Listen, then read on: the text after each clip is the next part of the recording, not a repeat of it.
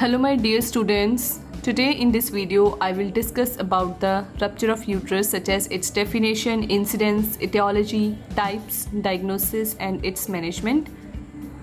Rupture of uterus. It's clear from its name that the uterus has ruptured. As you can see in this diagram, the uterus is ruptured from here and the fetal head is escaping out from the ruptured uterus into the abdominal cavity. This is an abdominal wall. First of all, its definition. Disruption. The synonym of disruption is interruption. When something is interrupted. So what is interrupted here? Interruption in the continuity of all the uterine layers, endometrium, myometrium and serosa, any time beyond 28 weeks of pregnancy is called as rupture of uterus.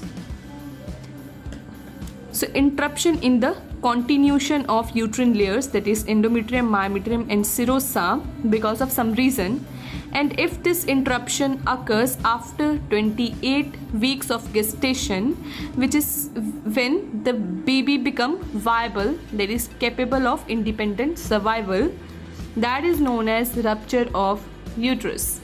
Next is incidence. That is the chances of rupture of uterus is actually varies from 1 in 2000 to 1 in 200 deliveries. Next is the etiology of rupture of uterus. The rupture mainly occurs when the uterine wall becomes weak or when there is an increased pressure inside the uterine cavity, which leads to overdistension or overstretching of the uterus. That might result in the rupture. So I'm going to discuss the causes which makes the uterine wall weak or which increases the pressure inside the uterine cavity. So first one classification is during pregnancy. If the rupture of uterus occurs during pregnancy, under this first one is spontaneous, means when the rupture of uterus occurs by its own. Under this there is again two classifications. Scarred uterus, this is a common cause behind the rupture of uterus, means when there is already a scar present on the uterus because of the previous surgeries like cesarean section scar, hysterectomy scar. Hysterectomy means opening of the uterus by making the incision on the uterus. Third one is previous manual removal of placenta, or D plus C, that is dilatation and curettage. Dilatation of the cervix and curettage is with the help of curette, the unwanted tissues or the remaining tissues inside the uterine cavity is removed, mainly in the case of abortion or miscarriage. As you can see in this diagram, this is a classical incision and this is a beginning cut. So there are the more chances that these scars may be ruptured in the current pregnancy. As for example, the uterus is lie in the transverse position. So when the baby is growing inside the uterine cavity in the transverse lie, so there are the chances that this classical incision may be ruptured due to distension of the uterus. Next is intact uterus, means when there is no any scar present on the uterus. In that case, the cause behind the rupture is multiparous woman, means the woman who is pregnant for more than one time and because of previous deliveries the wall of the uterus become weak. That might lead to rupture. Next is congenital malformation of the uterus. For example, bicornuate uterus. This is the diagram of bicornuate uterus. You can see two cornuas or two cavities. So in this case, in the case of bicornuate uterus, the lower uterine segment is not properly formed. So because of this malformation, there are the chances of rupture of uterus at the lower uterine segment. Next is abruptio placenta. When the placenta is prematurely separated from the placental site or from the uterine cavity. As we know that there is more blood supply to the placental site, but if the placenta is ruptured prematurely from that placental site, there are the chances of rupture because this site is more prone because of more blood supply. So there are the chances of rupture at the placental site in the case of abruptio placenta, as this site is more fragile. This site is easily rupture or easily bleed. Next is perforating mole. Perforating mole is also known as hydatiform mole, as it is clear from the name that perforation means it causes small holes in the uterine layers. As this perforating mole or hydatiform moles enter or invades inside in the myometrium, which is the middle layer of the uterus, and it causes perforation or the holes in the uterine layer that leads to rupture. Next classification is iatrogenic after spontaneous. Iatrogenic means when the rupture of uterus occur because of the medical procedures, like because of the administration of some drugs or because of some procedures. So first one is traumatic. Under traumatic, first one is external cephalic version, when the pressure is applied on the abdomen to change the lie of the baby. That might lead to the rupture. Next is fall or blow.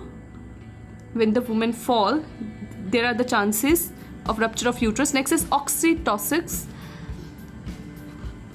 These drugs are mainly given to increase the uterine contractions. But if the oxytocin or prostaglandin is administered injudiciously or unwisely, that might lead to rupture of uterus. Next classification is the rupture of uterus occurs during labor. So the classification is same as that during pregnancy. As you can see, under spontaneous, there is an intact uterus and scarred uterus. Under intact uterus, when there is no any scar present on the uterus because of previous surgeries. Under this, there is two classifications: obstructive and non-obstructive. Obstructive, when there is an obstruction at the lower uterine segment of the uterus. Labor starts, there is a uterine contractions inside the uterine cavity, but because of some obstruction, the baby is not delivered and it bounces back. So because of the increased uterine contractions inside the uterus and baby is not pushed downward because of some obstruction, that might lead to over distension and over pressure inside the uterine cavity, that might lead to rupture. And the second classification, non-obstructive, again there is same, the grand multipara and congenital malformation of the uterus as that in the case of during pregnancy. In the scarred uterus, same, caesarean section or hysterectomy scar. Next is myomectomy scar. This is the chances in this case is rare. Myomectomy scar. Myomectomy is a surgical procedure when the unwanted tissues are removed without touching the healthy tissues of the uterus. Next is repair of previous obstructive rupture, means in the previous pregnancy the uterus was ruptured but the rupture site was repaired, but there are the chances that this site may be ruptured in the current pregnancy. Next is the iatrogenic. So again, under iatrogenic, the classification is same as in the case of oxytocin and prostaglandin, and in the case of traumatic, there are the little bit variations. First one is vaginal operative delivery, for example forceps delivery or venous delivery. So there is a possibility that these vaginal operative deliveries may fail. Like there are the chances of injury to the uterine wall because of these procedures. Second is internal version, when pressure is applied to change the presenting part of the baby, and manual removal. So under traumatic, these might cause the injuries to the uterine wall and that may lead to rupture. So these are the causes of rupture of uterus. Next are the types of rupture of uterus: complete rupture, incomplete rupture, spontaneous non-obstructive rupture and obstructive rupture, dehiscence and scar rupture. First of all, complete rupture and incomplete rupture. This is a diagram of complete rupture. In the blue color you can see this is a uterine cavity. In the white this is a abdominal cavity. In the case of complete rupture, the baby with or without the placenta comes out from the uterine cavity into the abdominal cavity. And when the baby with or without placenta comes out in the abdominal cavity, the uterine cavity becomes contracted. The volume inside the uterine cavity is decreased, or the space. And this is a diagram of incomplete rupture. In this you can see the rupture occurs here, but the baby and the placenta remains inside the uterine cavity. And in this case, in the incomplete rupture, mainly the lower segment scar is ruptured. But in this case, the rupture is mostly in the upper segment.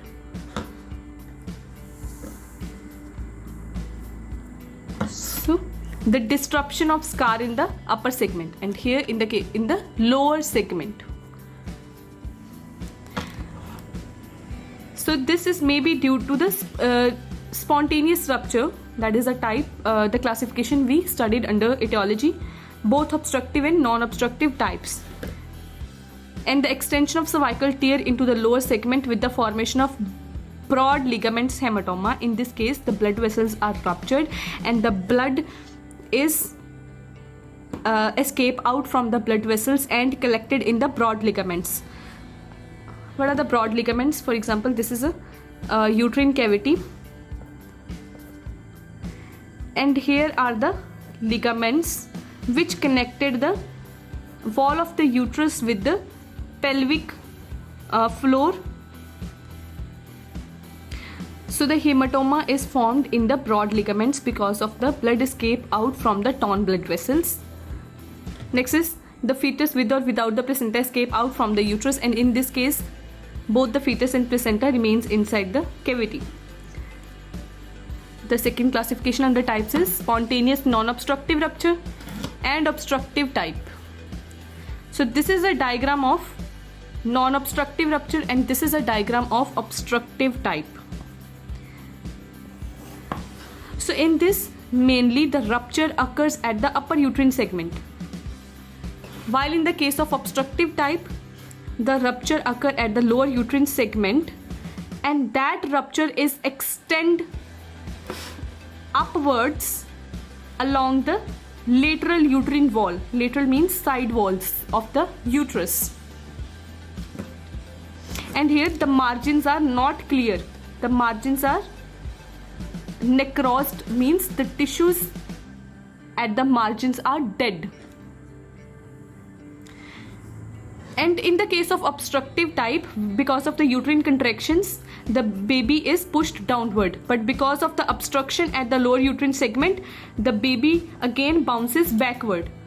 So at the posterior wall, because of this friction, the upward and downward force, because of this friction at the posterior wall, as you can see here, due to friction with the sacral promontory, as this uterine wall, because of the friction with the sacral promontory of the pelvis, that may leads to rupture. So in this case, the rupture at the lower segment which extends upward, and in this case the posterior wall is also involved because of the friction with the sacral promontory. Next is scar dehiscence and scar rupture. This is a diagram of scar dehiscence and this is a diagram of scar rupture. In the case of scar dehiscence, only a small part of the scar is ruptured, but in this case the full length of the scar is ruptured.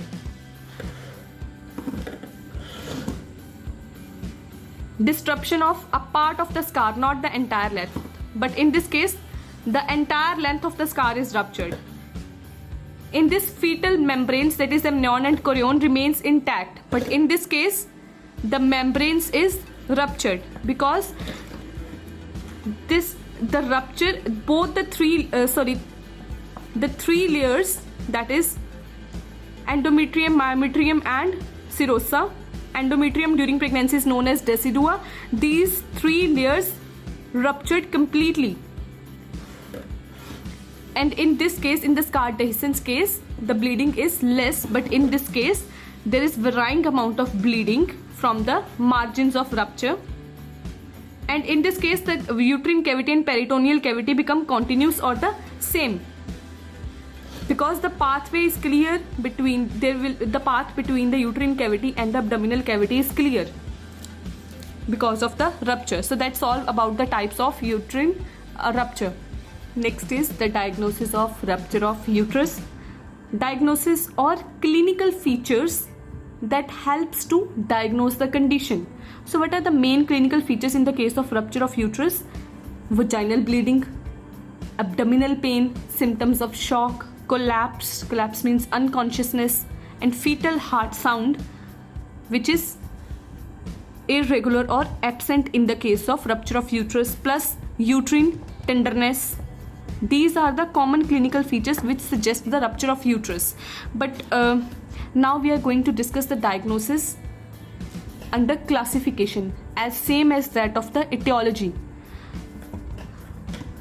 So if the rupture occurs during pregnancy, what are the clinical features or what are the symptoms through which we are able to diagnose the condition? First of all, scar rupture. If the scar is ruptured, this is a scar dehiscence type, when the small part of the scar is ruptured. In this case, the symptoms are not very severe, like dull abdominal pain, means the pain is not intense, the intensity of pain is less, and the pain occur over the scar with slight vaginal bleeding.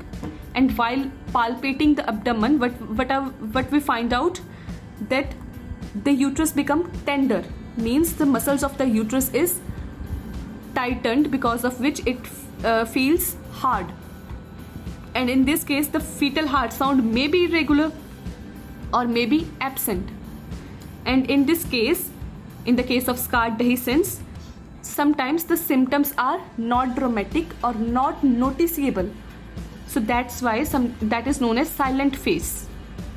While in the case of complete scar rupture, when the entire length of the scar is ruptured, in this case the intensity of symptoms is increased. From the dull abdominal pain, the abdominal pain become acute, that is severe, and the sense of something giving way, means when the entire length is ruptured, it gives the way to the fetus from the uterine cavity to the abdominal cavity. Next is collapse. The patient may collapse, means the patient may become unconscious. Diagnosis is self-evident, means the symptoms are very clear, the diagnosis is very clear. Next is, in the case of intact uterus, that is spontaneous rupture in the uninjured uterus. In this case, as we already discussed in the etiology, that in the intact uterus the cause is mainly the multiparous woman. This normally occur in the multiparous woman. In this case, the onset may be acute or may be insidious. Acute means the onset is sudden with the severe symptoms, and insidious means the onset is slowly occur and the symptoms is slowly develop. So in the case of acute type, the symptoms are intense, or the intensity of symptoms is more, like features of shock. Acute tenderness means severe tenderness. Palpation of superficial fetal parts means the baby comes in the fetus come in the abdominal cavity, so superficially the fetal parts is palpable while doing the abdominal examination. Next is fetal heart sound is absent in this case. So mostly in the acute type, complete rupture of uterus is occur. Next is acute abdominal pain, again severe pain and fainting attacks and collapse. But in the case of insidious onset, in the case of slowly developing of the symptoms, and the symptoms are not very intense, in this case the diagnosis is confused with the concealed accidental hemorrhage. Confused accidental hemorrhage means abruptio placenta, as the symptoms are quite same. Like in abruptio placenta, in the concealed type, abdominal pain is occur, So it is confused. The diagnosis is confused in this case. Next is a rupture due to fall, blow, or during external cephalic version. So in the case of iatrogenic, so while doing medical procedures like external cephalic version, again the same symptoms in this case: acute abdominal pain, slight vaginal bleeding, rapid pulse, that this is a feature of shock, and uterus tenderness. And in this case the confirmation is done by laparotomy. Laparotomy means incision on the abdomen, opening of the abdomen to examine the abdominal cavity. Next classification is during labor. So under this, again, if there is a scar rupture, so in the case of scarred uterus, as I already discussed, the scar is of two types. This is a classical scar and this is a bikini scar. So in the classical or hysterectomy scar rupture, the onset is acute. Onset means sudden onset with the severe symptoms, and the symptoms is as same as that which occurred during pregnancy. Next is lower segment scar rupture. In the case of bikini scar, if this scar is rupture, this is less severe as compared to the classical scar rupture. In this case, the onset is insidious, means the onset is slow, and the silent rupture means the symptoms are less noticeable, and confirmation by laparotomy.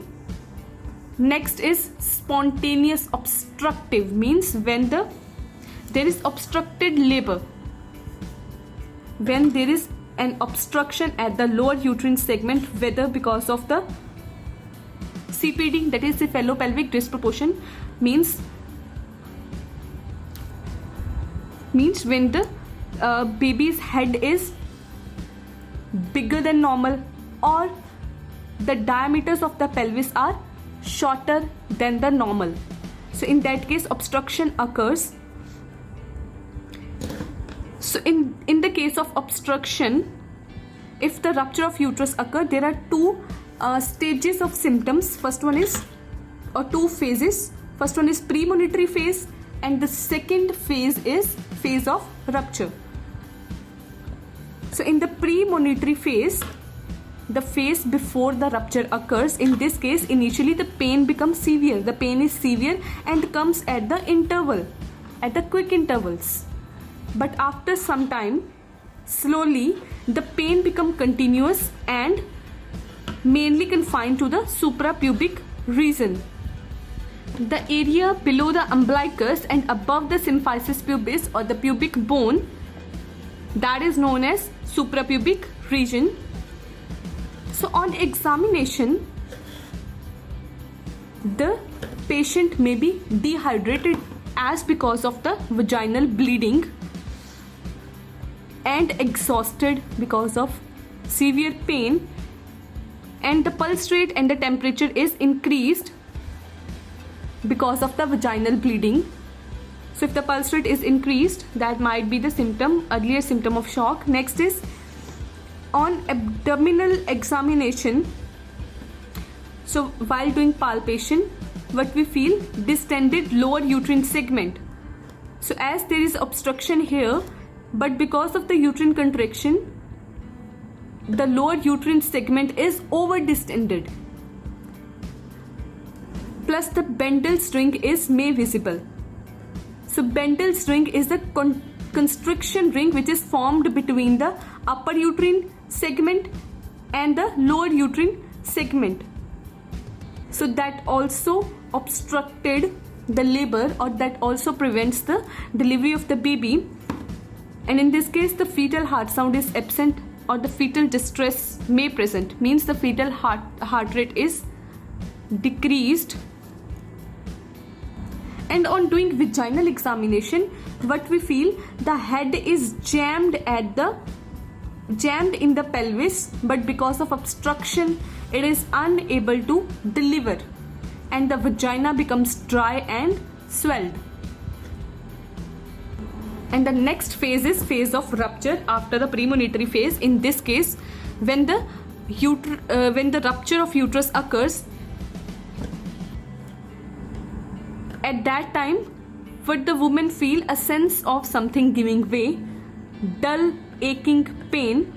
Here the intensity of pain is decreased. Why it is decreased? Because the uterus is ruptured and the uterine contractions are stopped. So if the uterine contractions are stopped, the intensity of pain is decreased. So dull aching pain with stoppage of uterine contractions. Next is on general examination, features of shock because of the vaginal bleeding. On the abdominal examination, superficial fetal parts are palpable because the baby comes in the abdominal cavity. Next is fetal heart sound is absent. Uterine contour is absent, means the shape of the uterus is absent, and the two separate swellings may felt. One is constricted uterus and the second one is baby in the abdominal cavity, that is fetus in the abdominal cavity. This is abdominal wall. So the two swellings, separate swellings may felt. Next is on the vaginal examination, recession of presenting part. Recession means descent of presenting part in the abdominal cavity. Next is varying degree of vaginal bleeding. Next is spontaneous non-obstructive rupture. In this case, the cause behind this kind of rupture is, as we already studied that in the multiparous woman and in the case of congenital malformation. So in this case, at the height of uterine contractions is suddenly ceased with an agonizing bursting pain followed by a relief with the cessation of contractions. So when these uterine contractions stop, the agonizing bursting pain is also relieved. Agonizing bursting pain is, agonizing means intense, severe. So with the uterine contractions, the severe pain is occur, but when the rupture occurs, these uterine contractions stop and this pain is also relieved. The symptoms are same as that in the case of obstructive rupture. So that's all about the diagnosis or the clinical features which helps to diagnose the condition. At last is the management of rupture of uterus. First of all, resuscitate the patient, as because of the huge vaginal bleeding, the patient may goes to shock. So in that case, first of all, resuscitate the patient, protect the airway. Next, administered 15 liter of the 100% oxygen per minute through non-rebreath mask. This mask is basically used to administer the high concentration of the oxygen without allowing the surrounding air to be inhaled by the patient. Next is assess the capillary refill time. Normal capillary refill time is 1 to 2 seconds, just to check the perfusion level. Heart rate, PP and ECG should be done. Next is insert 2 large bore cannulas, that is of 14G. And first of all, take the blood samples and start IV fluids, that is crystalloid colloids, and then after administration of IV fluids, blood transfusion should be done. Additional blood products may require, that is FFP, fresh frozen plasma or the platelets. So after resuscitation, laparotomy should be done, that is an incision should be made on the abdomen or opening of the abdomen.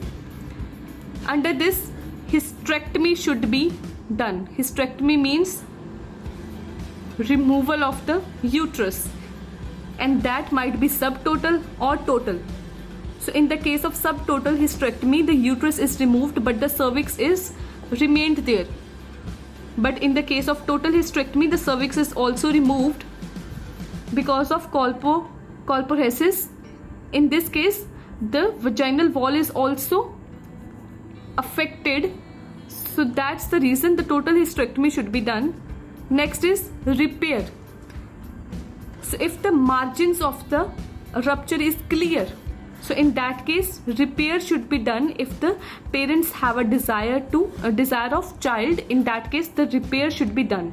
But if the parents does not have the desire of children, plus the margins are clean, In that case, repair should be done plus sterilization, that is tubectomy, should be done. So that's all about the management of rupture of uterus. My dear students, if you have any kind of query, then please ask me in the comment section. I will definitely answer your queries. So at last, stay safe, take care of yourself.